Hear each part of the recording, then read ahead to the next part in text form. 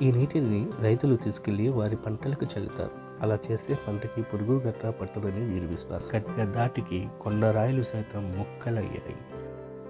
అందుకు మీ ముందు 2 ముక్కలే పడి ఉన్న ఈ రాయే నిదర్శనం. ప్రజలు కర్ణాటక నుంచి అయితే ఎక్కువగా వస్తుంటారు. అలాగే ఈ కొండపై 6 దాటి ఎవ్వరూ ఉండరు.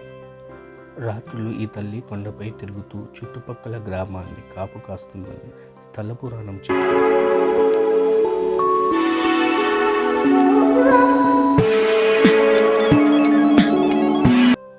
హలో అండి, ఎలా ఉన్నారంతా?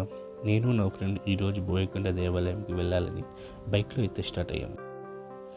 మదనపల్లి నుంచి బోయకొండ అరౌండ్ 13 కిలోమీటర్స్ అయితే ఉంటుంది.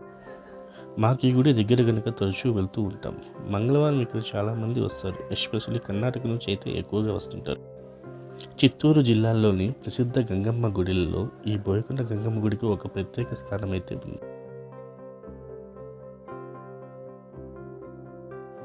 టెంపుల్ ఎంట్రన్స్ అయితే కన్స్ట్రక్షన్లో ఉంది. సో వేరే రూట్లో అయితే ఎలా వెళ్ళాలి అని చెప్పి కనుక్కొని మేము ఆ రూట్ సైడ్ అయితే వెళ్తున్నాం. యాక్చువల్లీ ఈ గుడి ఇప్పుడైతే టీటీడీ హ్యాండ్ ఓవర్ అవడం వల్ల గుడి డెవలప్మెంట్ అయితే చాలా ఫాస్ట్గానే చేస్తున్నారు.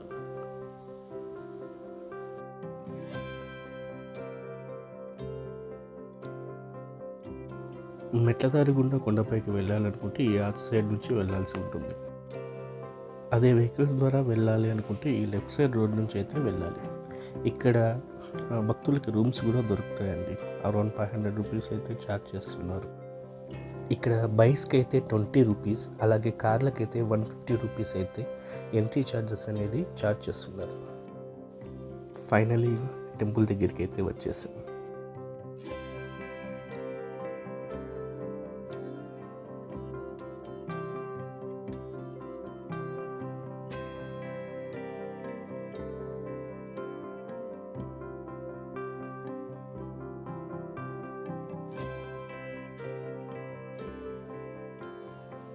ఈ నీటిని రైతులు తీసుకెళ్లి వారి పంటలకు చల్లుతారు. అలా చేస్తే పంటకి పురుగు గట్రా పట్టదని వీరి విశ్వాసం.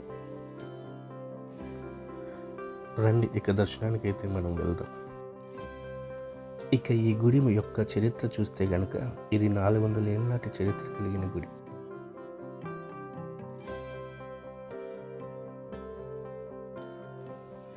ఈ గుడి మరొక విశేషం ఏమనగా ఇక్కడ భక్తులు తమ కోరికలు కోరి అమ్మవారి శిరస్సుపై 3 పువ్వులు అయితే పెడతారు. ఆ 3 పువ్వుల్లో కుడివైపున ఒక పువ్వు పడితే కోరిక త్వరగా నెరవేరుతుందని, మధ్యన పడితే మటుకు ఆలస్యంగా అవుతుందని, ఎడమ సైడ్ పువ్వు అయితే పడితే కోరిక తీరదని భక్తులు నమ్ముతారు. టెంపుల్ లోపలికి మొబైల్స్ అయితే అలో లేదు. దర్శనం చేసుకుని అయితే ఇప్పుడే బయటకు వచ్చాం.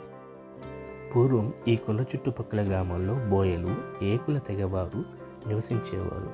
అలాగే ఈ తల్లిని శ్రద్ధగా కొలిచేవారు.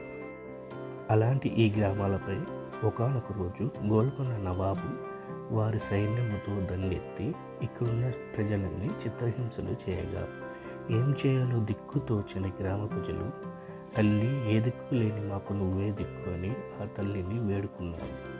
వారి మొర విన్న ఆ తల్లి గంగమ్మ రణబేరి గంగమ్మగా కత్తి చేత పట్టి శత్రు సైన్యంపై కన్నెర్ర చేయగా ఆ తల్లి ఖడ్గ దాటికి కొండరాయిలు సైతం ముక్కలయ్యాయి. అందుకు మీ ముందు 2 ముక్కలే పడి ఉన్న ఈ రాయే నిదర్శనం. అలా చెప్పుకుంటూ పోతే ఈ తల్లి మహిమలు, ఇక్కడ జరిగిన అద్భుతాలు ఎన్నో ఉన్నాయి. అలాగే ఈ కొండపై 6 దాటి ఎవ్వరూ ఉండరు. పూజారి సైతం కొండ దిగవలసింది.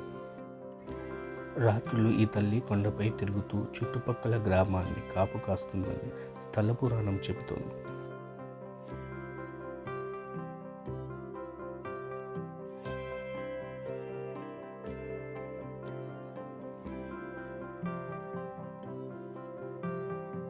కొండపై ఉన్న గంగమ్మని బోయకొండ గంగమ్మ అని, మధ్యన ఉన్న ఈ తల్లిని రణబేరి గంగమ్మ అని అంటారు.